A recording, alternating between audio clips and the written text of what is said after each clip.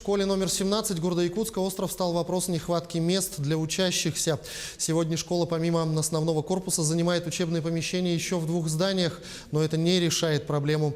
Администрация учебного заведения выступила с просьбой о строительстве пристроя к зданию основного корпуса. Подробности в материале Юрия Осипова.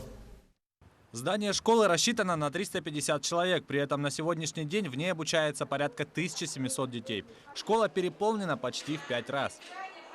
Вообще, вот, допустим, у меня вот ребенок обучается в этой школе уже 7-й год. С того момента, допустим, сегодня у нас 2019-2013 года, грубо говоря, уже нехватка мест. То есть на 1 класс, когда мне ребенок пошел в школу, допустим, в классе было 42 ребенка, хотя было положено 25. 17-я школа находится в самом центре Якутска, и с каждым годом количество учащихся в ней только растет. За последнее десятилетие количество учащихся выросло на 500 человек. Так, если в 2011-2012 учебном году в школе обучалось 1182 ребенка, то уже через год детей стало на 100 больше. Резкий рост числа учащихся произошел в 2016-2017 годах. Тогда школа приняла 1608 детей. И по прогнозам, в следующем году учеников станет еще больше. Родители и администрация школы предлагают на рассмотрение властям варианты помещений или территорий для строительства дополнительного здания. Мы получили дополнительные помещения в здании Петровского 10/4. Но, к сожалению, это здание не решает той проблемы, которая стоит перед нами. В том здании у нас обучаются дети 10-11 классов в первую смену и 8 классы во вторую смену. Это количество детей составляет 280 ребят. Помимо этого помещения у школы есть еще одно. В здании технического лицея им выделили 2 кабинета, в котором обучаются 4 класса. Однако на сегодняшний день администрация лицея требует освободить занимаемые помещения.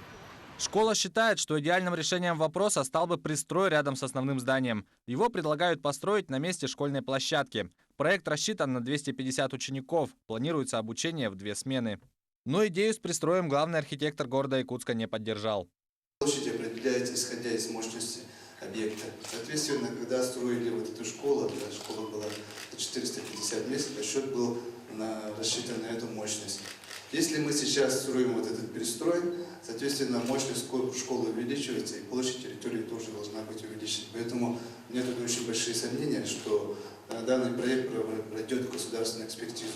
В свою очередь, председатель Государственного собрания Ильтюмен предложил альтернативные варианты решения вопроса. С нами галерея зарубежного искусства, да? У него есть очень хорошая зеленая зона. Конечно, у нас в центре нет зеленой зоны. Но с другой стороны, эта зеленая зона, мы его можем создать в другом месте. Но ни один из предложенных вариантов воплотить в жизнь не так-то просто. Требуется согласование со многими структурами. Поэтому было принято решение инициировать совместное большое совещание в середине марта. Мы продолжим следить за развитием событий. Юрий Осипов, Владимир Павлов, Георгий Григорьев, Якутск.